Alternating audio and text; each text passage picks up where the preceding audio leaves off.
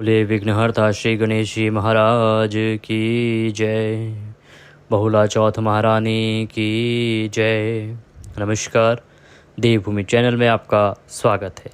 आज के इस वीडियो में हम सुनेंगे बहुला चौथ अर्थात भाद्रपद मास की बड़ी चौथ, भादों की जो चौथ है जिसे भदवा चौथ के नाम से भी लोग जानते हैं, उसकी व्रत कथा। भदवा चौथ पर कही जाने वाली 4 कथाएं आपको आज के इस वीडियो में सुनाई जाएंगी। चारों ही प्रमुख कथाएं हैं जिनको आज के दिन सुना जाता है। सनातन संस्कृति और भारतवर्ष बहुत विस्तृत देश है। यहाँ पर भिन्न भिन्न प्रांत हैं, तो भिन्न भिन्न प्रांतों पर भिन्न भिन्न कथाएं सुनी जाती हैं। क्योंकि यह चैनल पूरे वर्ल्ड वाइड, पूरी दुनिया में देखा जाता है, इसीलिए हम इस वीडियो में सभी कथाएं एक साथ लेके आए हैं, ताकि जिसके जहाँ जो कथा सुनी जाती है वह दर्शक उस कथा को सुन के लाभ ले सके, प्रभु भक्ति कर सके, चौथ माता का आशीर्वाद ले सके और कृष्ण भगवान व गणेश जी का आशीर्वाद उसे प्राप्त। इसीलिए सभी कथाओं को एक साथ संलग्नित करके हमने यह वीडियो बनाया है। तो आइए आरंभ करते हैं।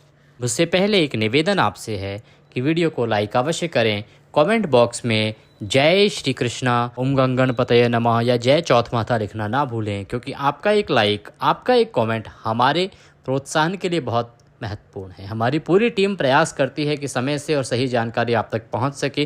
वीडियो बनाने में बहुत मेहनत लगाती है पूरी टीम, तो उसके उत्साहवर्धन के लिए उनको लगे कि हाँ, उनकी मेहनत सफल हो रही है, कृपया वीडियो पर एक लाइक और एक कमेंट अवश्य। चौथ माता के व्रत वाले दिन आपको सुबह ब्रह्म मुहूर्त में उठना चाहिए, अन्यथा सूर्योदय से पहले अवश्य ही उठ जाएं। स्नान आदि करके आप सूर्य को जल दें। सूर्य को जल देने के बाद एक स्थान पर बैठकर गणेश जी महाराज की पूजा करेंगे और व्रत करने का संकल्प करेंगे। नियमों के अनुसार आप दिन को व्यतीत करेंगे, ब्रह्मचर्य का पालन करेंगे और किसी के प्रति वैर भाव, द्वेष आदि की भावना मन में नहीं लाएंगे। सायंकाल को चौथ माता की और गणेश जी की कथा कह के पूजा करके और चंद्रमा को रात्रि को अर्घ दे के आप अपना व्रत खोलेंगे। एकाग्रचित होकर एक स्थान पर बैठ जाएं और कथा सुनना आरंभ करें। हम सबसे पहले सुनाएंगे बहुला चतुर्थी की कथा। उसके बाद अन्य कथाएं आएंगी जिनमें नर दमयंती की कथा भी प्रमुख रूप से सुनी जाती है और ब्राह्मण ब्राह्मणी की कथा भी इसमें प्रमुख रूप से सुनी जाती है। इसके अलावा बुढ़िया माई का एक बेटा जिसे में अलाव जला के बिठा दिया जाता है, जहां बर्तन पकते हैं। तो इस प्रकार से जो प्रमुख कथाएं हैं उनको हम सुनेंगे सिलसिलेवार तरीके से। आइए बहुला चतुर्थी की प्रथम कथा आरंभ करते हैं। यह कथा द्वापर युग से है, जब भगवान श्री विष्णु का कृष्ण रूप में अवतार हुआ। तब इनकी लीला में शामिल होने के लिए देवी देवताओं ने भी गोप गोपियों का रूप लेकर अवतार लिया। कामधेनु नाम की गाय के मन में भी कृष्ण की सेवा का विचार आया और अपने अंश से बहुला नाम की गाय बनकर नंद बाबा की गौशाला में आ गई। भगवान श्री कृष्ण का बहुला गाय से बड़ा स्नेह था। एक बार श्री कृष्ण के मन में बहुला की परीक्षा लेने का विचार आया। जब बहुला वन में चर रही थी, तब भगवान सिंह रूप में प्रकट हो गए, अर्थात शेर बन गए। मौत बनकर सामने खड़े सिंह को देखकर बहुला भयभीत हो गई, लेकिन हिम्मत करके सिंह से बोली, हे वनराज, मेरा बछड़ा भूखा है। बछड़े को दूध पिलाकर मैं निश्चित ही आपका आहार बनना स्वीकार करूंगी। आप मुझे थोड़े समय की मोहलत दे दें, मैं बछड़े को दूध पिलाकर अपने आप आपके पास वापस आ जाऊंगी। सिंह ने कहा कि सामने आए आहार को कैसे जाने दूं? तुम वापस नहीं आई तो मैं भूखा ही मर जाऊंगा। बहुला ने सत्य और धर्म की शपथ लेकर कहा कि मैं अवश्य वापस आऊंगी। बहुला की शपथ से प्रभावित होकर सिंह बने श्री कृष्ण ने बहुला को जाने दिया। बहुला अपने बछड़े को दूध पिलाकर थोड़ी देर बाद वन में वापस आ गई। बहुला की सत्यनिष्ठा देखकर श्री कृष्ण अत्यंत प्रसन्न हुए और अपने वास्तविक स्वरूप में आकर कहा, हे बहुला, तुम परीक्षा में सफल हुई।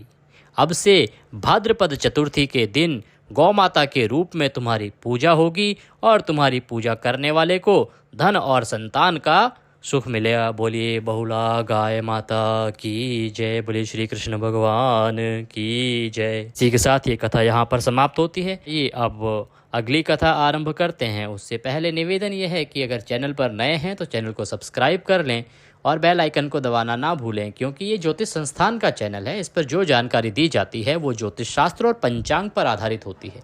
कोई भी जानकारी कहीं से कॉपी पेस्ट करके या अपने मन से नहीं बताई जाती है।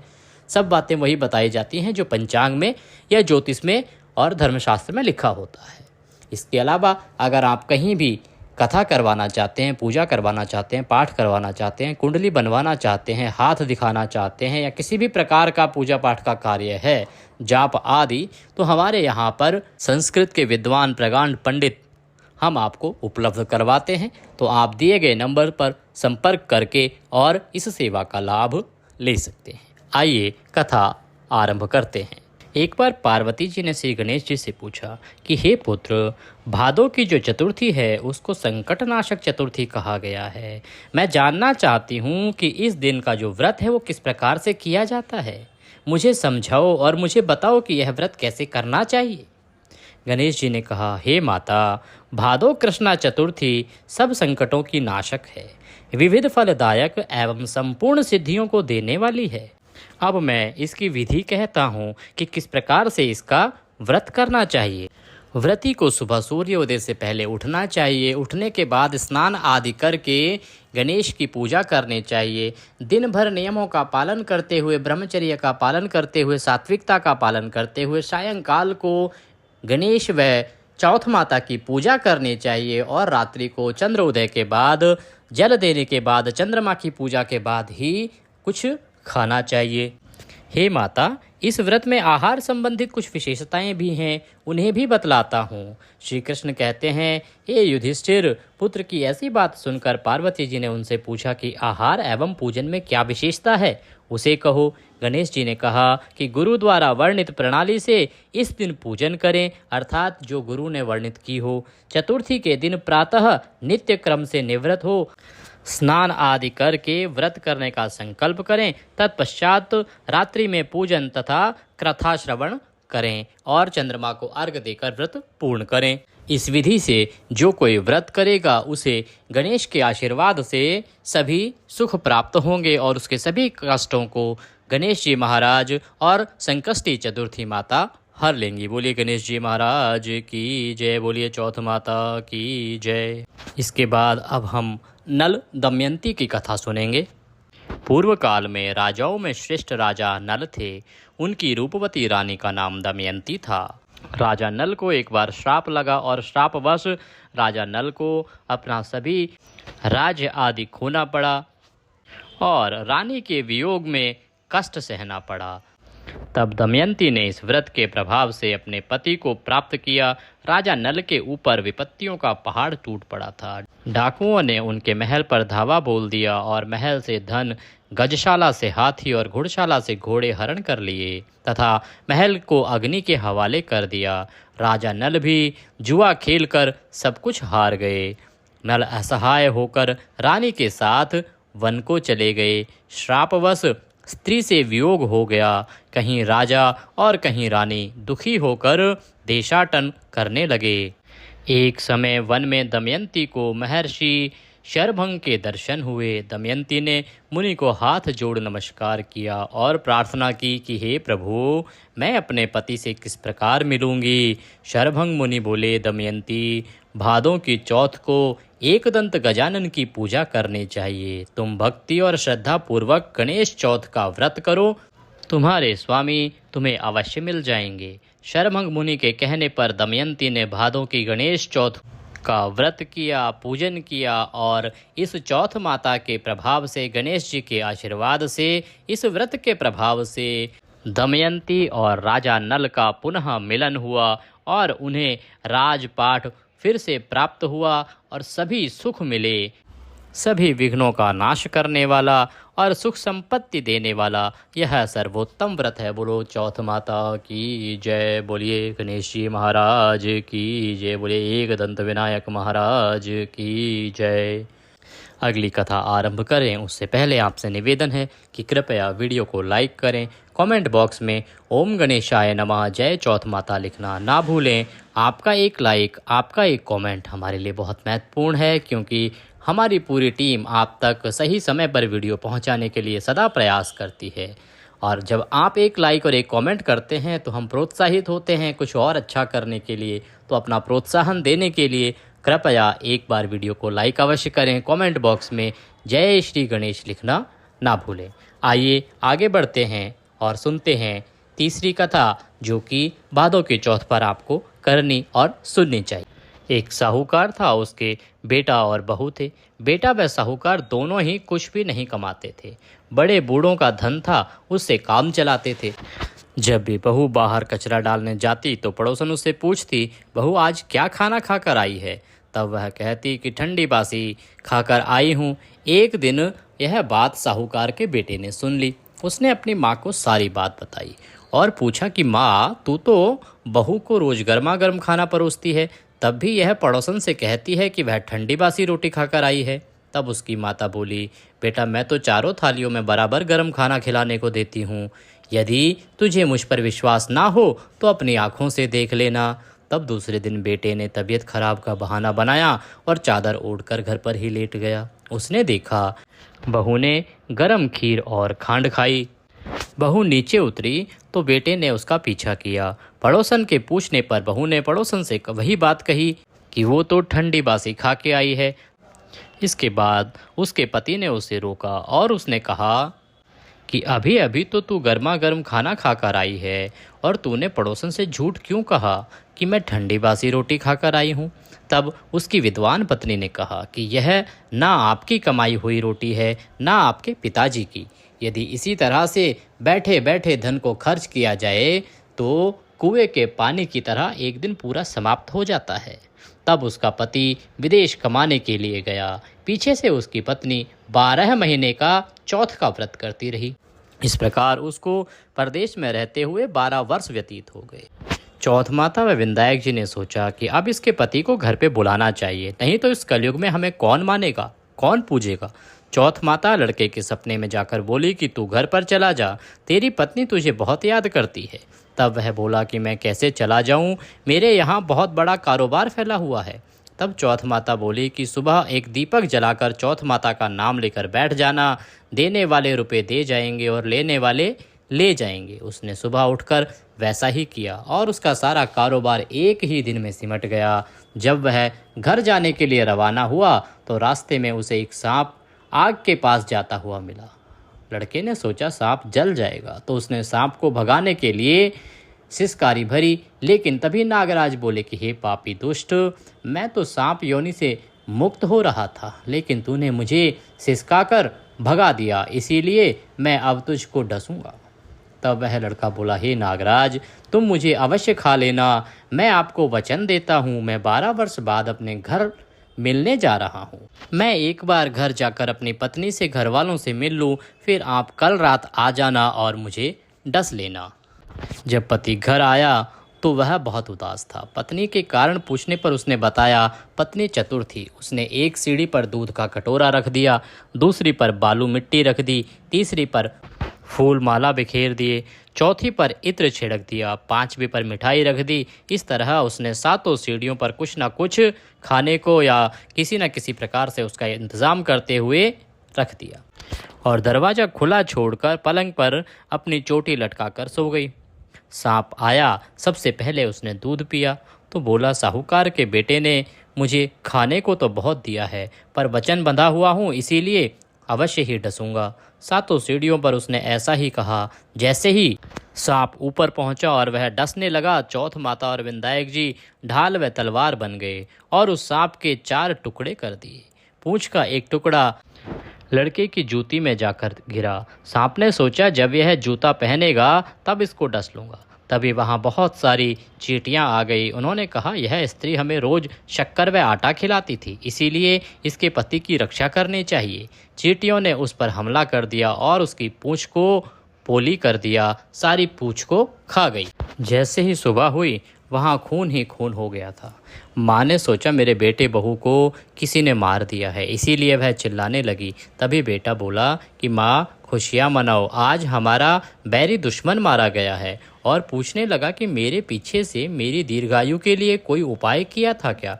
तब माँ बोली, मैंने तो कुछ नहीं किया। पत्नी से पूछने पर बोली कि वह 12 महीने की चौथ माता का व्रत करती थी, इसीलिए चौथ माता व विनायक जी ने हमारी सहायता की है। तब सास बोली कि यह झूठ बोलती है। मैं रोज इसे 4 रोटी देती थी, तो फिर इसने चौथ का व्रत कैसे किया? तब वह बोली कि मैं एक गाय को खिलाती थी, एक रोटी मेहतरानी को देती थी, एक जमीन में गाड़ देती, शाम का खाना मैं चंद्रमा को अर्घ देकर खाती। यदि विश्वास नहीं हो तो पूछ लो। तब गाय माता से पूछा तो वह हंसने लगी और पलाश के फूल उसके मुंह से गिरने लगे। जमीन खोद कर देखा तो रोटियों की जगह सोने के चक्कर लगे थे। मेहतरानी से पूछा तो उसने भी हाँ भर दी। हे चौथ माता, उसके पति की रक्षा हुई, वैसे ही हम सब की रक्षा करना, सभी की मनोकामना पूर्ण करना, कहने वाले सुनने वाले हुंकारा भरने वाले सभी के घर धन के भंडार भरना। बोलो चौथ माता की जय। अब हम भादों की चौथ की एक और कथा सुनेंगे जो कि बहुत ही पौराणिक कथा है।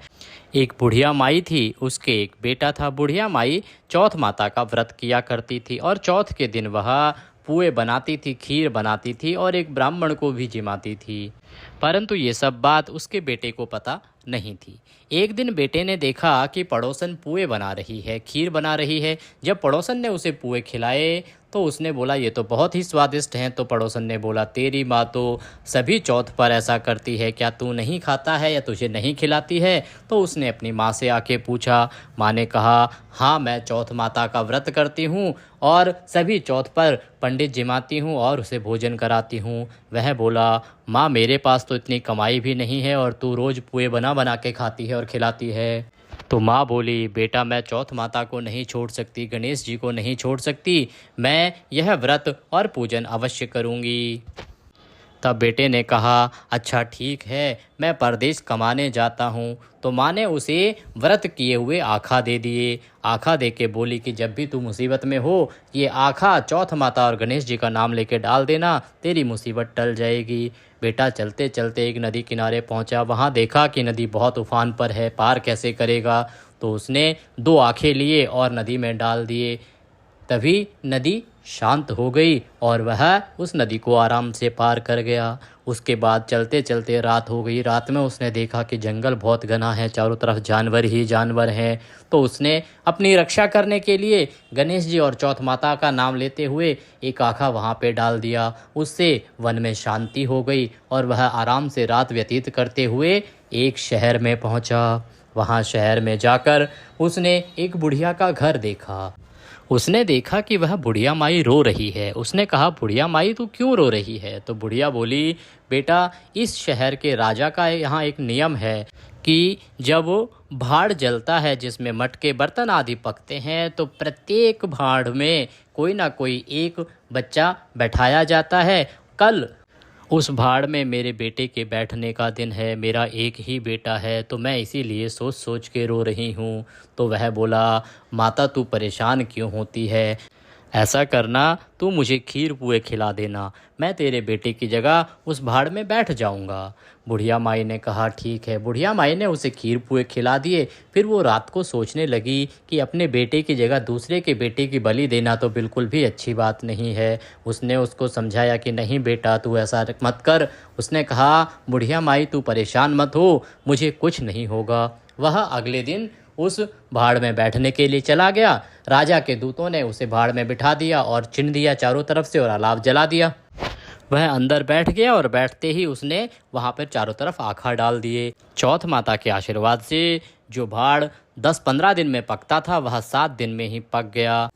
जब ये खबर राजा के पास पहुंची तो राजा ने भाड़ खोलने के लिए सैनिकों को आदेश दिया। सैनिक वहाँ पे गए, उन्होंने भाड़ को उतारना शुरू किया तो अंदर से आवाज़ आई कि धीरे धीरे उतारो, इकलौती का पूत है। तो वो सभी डर गए। फिर अंदर से आवाज़ आई कि डरो मत, मैं वही हूँ जिसको तुमने बिठाया था। जब भाड़ पूरी तरह से खोला गया तो वो देख के चौंक गए कि अंदर जितने भी बर्तन थे वो पक गए थे और बाकी जो सभी बर्तन थे वो हीरे जवाहरात और सोने चांदी के हो गए थे। लड़का सुरक्षित था और उसके चारों तरफ आखा उगाए थे। इस चमत्कार को देखकर राजा को खबर की गई। राजा वहाँ पे आया तो राजा ने पूछा कि ये सब कैसे हुआ। लड़के ने कहा कि मेरी माँ भादों की चौथ का व्रत करती है और उस चौथ माता के आशीर्वाद से ही ये सब हुआ है। उस राजा को इस पर विश्वास नहीं हुआ। उसने कहा कि ठीक है, कल मैं तेरी परीक्षा लूँगा। अगले दिन परीक्षा लेने के लिए राजा ने घोड़े पर उस लड़के को बांध दिया और कहा कि अगर तू सच्चा है तो अपनी चौथ माता से बोल कि ये चैन जो तुझसे बंधी है ये मुझ पे आकर बंध जाए। तभी लड़के ने चौथ माता का नाम लेते हुए आखा राजा की तरफ फेंक दिए और माता के आशीर्वाद से वह चैन उससे हटकर और राजा के यहाँ लिपट गई। राजा इसको देखकर चकित रह गया और वह भी चौथ माता और गणेश जी का पूजन करने लगा। उसने पूरे शहर में ढिंढोरा पीट दिया कि हर कोई 12 महीने की 12 चौथ करेगा, 12 नहीं तो 8 करेगा, 8 नहीं तो 4 तो बड़ी चौथ सबको करनी ही करनी होंगी। बोलो चौथ माता की जय। इसके बाद राजा ने अपनी बेटी और बहुत सारा धन दौलत देकर उस लड़के को विदा किया। जब वह लड़का वहाँ पे पहुँचा तो लोगों ने बुढ़िया माई को खबर दी कि तेरा बेटा राजकुमारी के साथ और धन दौलत लेके वापस लौटा है। बुढ़िया माई यह देखकर हैरान रह गई और गणेश जी को बारंबार नमस्कार करते हुए बोली कि हे गणेश जी महाराज, हे चौथ माता, ये आपका ही चमत्कार है। तो जिस प्रकार से बुढ़िया माई और उसके बेटे को चौथ माता और गणेश जी का आशीर्वाद मिला, वैसे ही सभी को मिले। कहने वाले, सुनने वाले, हुंकारा भरने वाले सभी का कल्याण हो। बोलो चौथ माता की जय। इसी के साथ चौथ माता की यह कथा यहाँ पर समाप्त होती है। इसके बाद चौथ माता की आरती करेंगे, उन्हें भोग लगाएंगे। भोग जो है वो अग्नि पर लगाया जाना चाहिए और रात्रि को जब चंद्रोदय होगा तो अर्घ देकर आप अपना व्रत खोलेंगे। इस प्रकार से आप चौथ माता का व्रत करें। चौथ माता सबका कल्याण करें। इसी कामना के साथ अभी लेते हैं विदा। अगली वीडियो में फिर होगी आपसे मुलाकात। तब तक के लिए जय गणेश जी महाराज।